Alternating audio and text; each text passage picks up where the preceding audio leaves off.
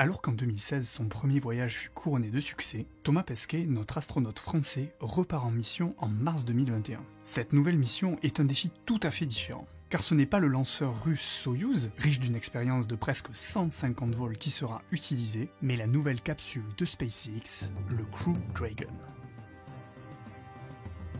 Un grand nombre d'inconnus devront trouver réponse. Thomas Pesquet pourra-t-il sensibiliser la population à l'importance de prendre soin de la planète Terre comme il l'a fait en 2016 ? Constatera-t-il une dégradation de la planète 5 ans plus tard ? Son corps s'adaptera-t-il aussi bien aux conditions de vie dans l'espace ? Autant de perspectives que nous allons explorer pour vous proposer des activités pédagogiques innovantes et stimulant la créativité des élèves. Mais laissez-moi d'abord me présenter. Je suis Nicolas Olivier, professeur d'éducation musicale et utilisateur de l'iPad depuis 10 ans. En une décennie, j'ai accompagné, formé, vu démarrer et se développer de très nombreux projets d'équipement en iPad. Autant d'expériences et d'expérimentations qui me permettent aujourd'hui d'attester d'une certaine maturité dans les usages comme dans les équipements, plus que jamais au service de chaque élève et de chaque enseignant. C'est en tout cas ce que je vais vous présenter aujourd'hui. Démarrons avec une activité en français. En seconde, l'objet d'étude, le roman et le récit du XVIIIe siècle au XXIe siècle, ou le questionnement complémentaire en troisième, progrès et rêves scientifiques, nous permettront la création d'un écrit d'invention sur le thème de la conquête spatiale à partir du roman de Jules Verne, De la Terre à la Lune. La lecture papier est tout à fait essentielle, même si elle n'est pas adaptée à tous les élèves. C'est pourquoi l'iPad permet d'adapter la lecture au numérique. La taille, la police et même la couleur du fond peuvent être choisis pour correspondre aux besoins du lecteur.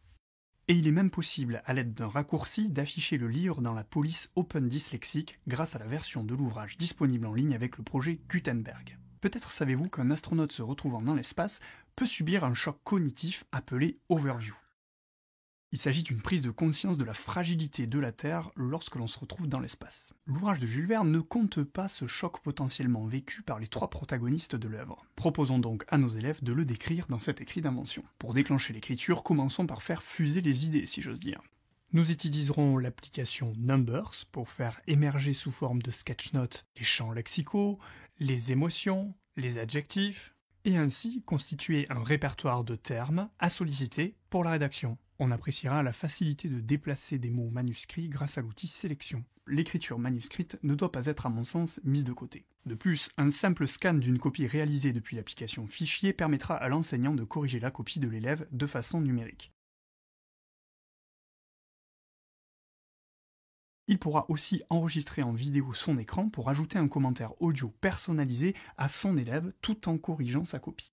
Cette correction personnalisée pourra également être utile pour toute la classe lorsque l'enseignant souhaite mettre en avant des erreurs récurrentes ou au contraire souligner des formulations intéressantes. Une fois toutes les remarques consignées, on arrête l'enregistrement et on retrouve la vidéo dans l'application photo, prête à être partagée par exemple au vidéoprojecteur avec la fonction AirPlay. On pourra également envoyer cette vidéo dans le cahier de texte numérique directement via l'application de ce dernier ou même via le navigateur. Si le projet pédagogique consiste en une écriture collaborative, les applications Pages, Word ou encore Google Docs pourront servir de support. Et là encore, une adaptation de l'iPad à chacun est possible. Car écrire de façon manuscrite directement sur l'iPad n'a jamais été aussi facile que depuis l'arrivée de l'Apple Pencil. La différence avec le papier est la facilité d'annuler, de revenir en arrière, de déplacer un mot ou une phrase. Ainsi, le statut de l'erreur perd de sa gravité pour les élèves pour qui écrire est une réelle difficulté. Habitués au clavier, pas de souci, on récupère de plus la totalité de l'écran pour mieux visualiser son document. L'usage d'un trackpad est possible et même celui d'une souris. Après avoir imaginé ce que pouvait être le ressenti d'un astronaute arrivant dans l'espace, il est temps de décoller pour de bon et de s'intéresser à l'adaptation du corps à ces nouvelles conditions de vie. Nous allons nous intéresser à l'accélération d'une fusée au décollage. Alors que la capsule Soyouz fait subir une accélération de 4G lors du décollage à l'astronaute, la capsule de SpaceX, le Crew Dragon, peut aller jusqu'à 4,5G. Le programme de terminale spécialité physique-chimie privilégiant la démarche expérimentale, le thème mouvement et interaction pourrait ainsi être l'objet d'une démarche expérimentale. Celle-ci serait basée sur un protocole proposé dans l'app Physique, qui exploite les capteurs d'un smartphone ou d'une tablette. Il s'agira pour les élèves de constituer le carnet de bord d'une expérience visant à reproduire l'effet centrifugeuse à l'aide d'une essoreuse à salade. Les capteurs d'un smartphone enregistreront la vitesse de rotation moyenne et maximale, tandis qu'un iPad pourra documenter l'expérience en vidéo. Les élèves pourront ainsi présenter les résultats de cette expérience à travers un diaporama sur Keynote, mettant en exergue les résultats obtenus et déterminer si la vitesse maximale qu'ils ont atteinte est supportable par un être humain. Après cette expérience pratique, poursuivons dans l'approche physique. La différence de pesanteur dans l'espace provoque une atrophie musculaire. Thomas Pesquet effectue ainsi 2h30 de sport quotidienne afin de limiter cette fonte musculaire. Le champ d'apprentissage numéro 5 du programme d'EPS en lycée propose de réaliser et orienter son activité physique pour développer ses ressources et s'entretenir. Proposons aux élèves de se muer en coach de Thomas Pesquet. Vous devez concevoir un entraînement sportif pour Thomas Pesquet afin de le préparer à son voyage. Établissez un programme de renforcement et d'entretien global, illustrez-le et testez-le.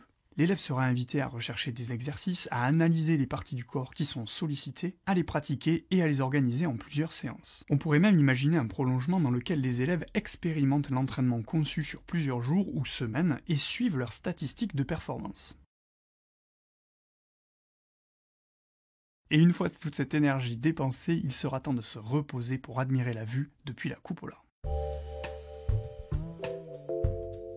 Durant son premier séjour sur l'ISS, Thomas Pesquet a photographié le globe sous tous les angles et a partagé ses clichés sur les réseaux sociaux. Le programme de langue en première et en terminale propose, dans son axe 6, la thématique innovation scientifique et responsabilité, de questionner les élèves sur la marge de manœuvre que possède le citoyen pour faire entendre sa voix. Le programme de SVT en première cherche quant à lui, dans sa thématique enjeux contemporains de la planète, à faire prendre conscience de l'interdépendance de l'homme avec le monde vivant qui l'entoure, dans la perspective de proposer des solutions de gestion durable des écosystèmes. Après avoir découvert les éléments grammaticaux et établi un répertoire vocabulaire, proposons aux élèves une activité interdisciplinaire dans laquelle une aire géographique sera attribuée à chaque groupe qui devra se questionner sur les effets induits par l'innovation scientifique et technologique, sur le réchauffement climatique, la réduction de la biodiversité ou encore l'épuisement des ressources naturelles dans l'aire concernée. Les élèves devront ensuite imaginer et proposer des solutions de gestion éclairées et modulables des écosystèmes qui nous entourent.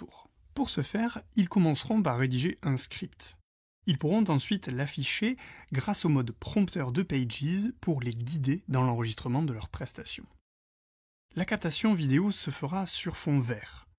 Nous utiliserons iMovie qui permettra non seulement de monter la vidéo, mais aussi de réaliser l'incrustation de la prestation sur les clichés capturés par Thomas Pesquet lors de son premier voyage sur l'ISS.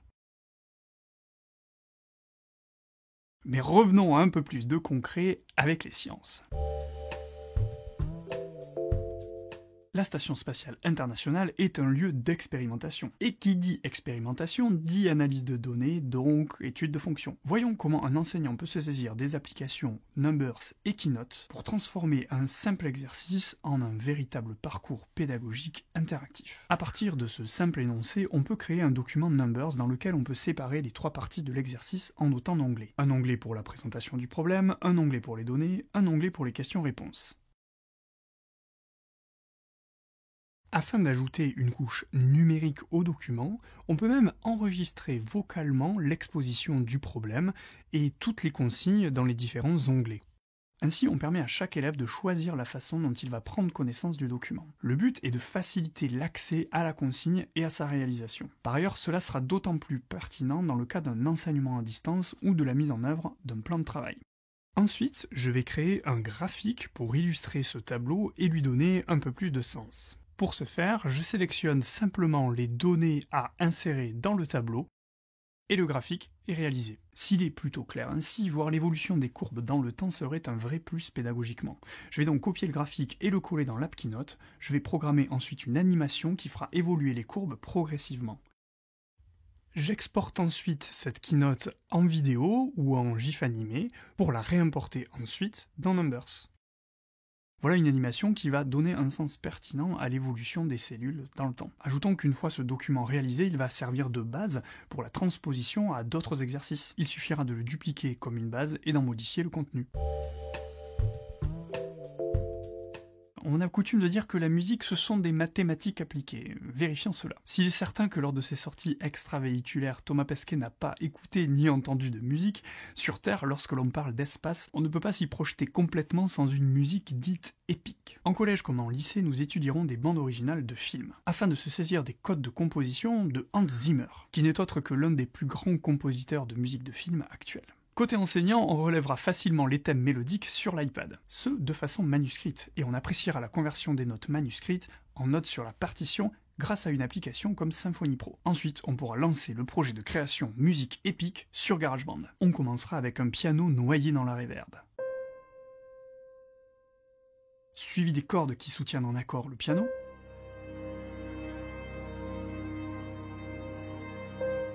puis des percussions pour donner du frisson. On va les noyer dans la reverb aussi, pour leur donner de la profondeur. Ensuite, on va ajouter le thème avec le corps.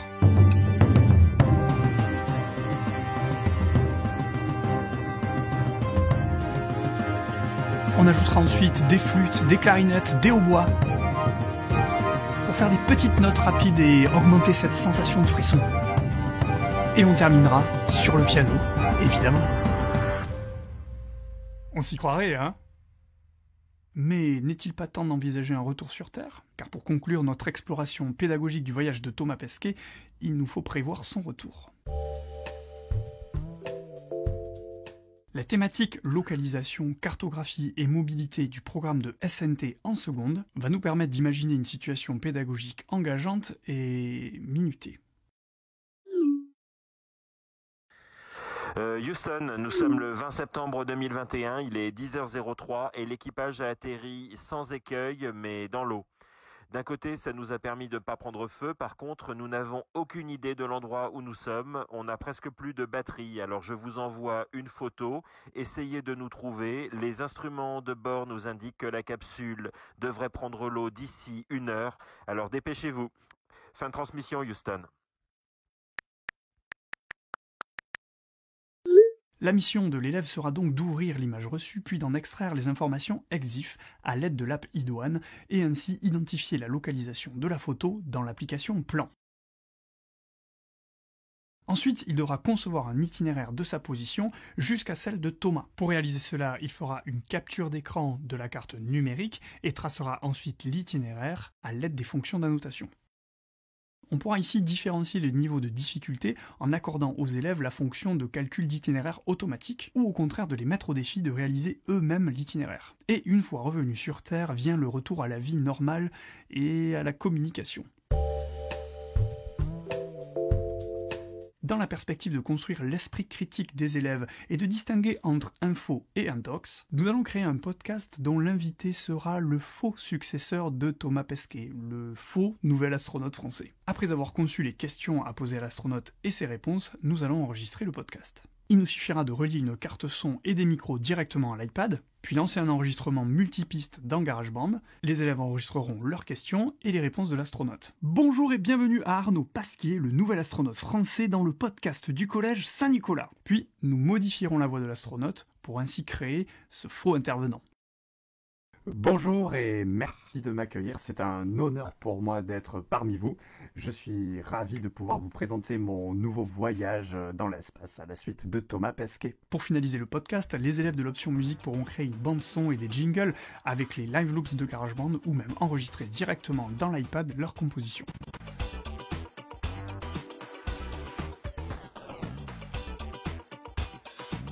Et une fois cela fait, voilà le résultat. Bonjour et bienvenue à Arnaud Pasquier, le nouvel astronaute français dans le podcast du collège Saint-Nicolas. Bonjour et merci de m'accueillir, c'est un honneur pour moi d'être parmi vous. Et nous voilà avec un vrai faux podcast réalisé entièrement par les élèves et destiné à les faire réfléchir à la question d'authenticité numérique. À travers cette vidéo, j'espère vous avoir montré un éventail des possibilités d'usage de l'iPad en classe avec les élèves. Je vous souhaite de pouvoir prendre autant de plaisir que j'en ai au quotidien à enseigner avec cet outil entre mes mains et celles de mes élèves. Enseigner avec l'iPad, c'est entrer dans une nouvelle dimension de l'enseignement qui invite à renouveler ses pratiques, à chercher à impliquer les élèves dans leurs apprentissages et à innover pour que tous réussissent. Merci.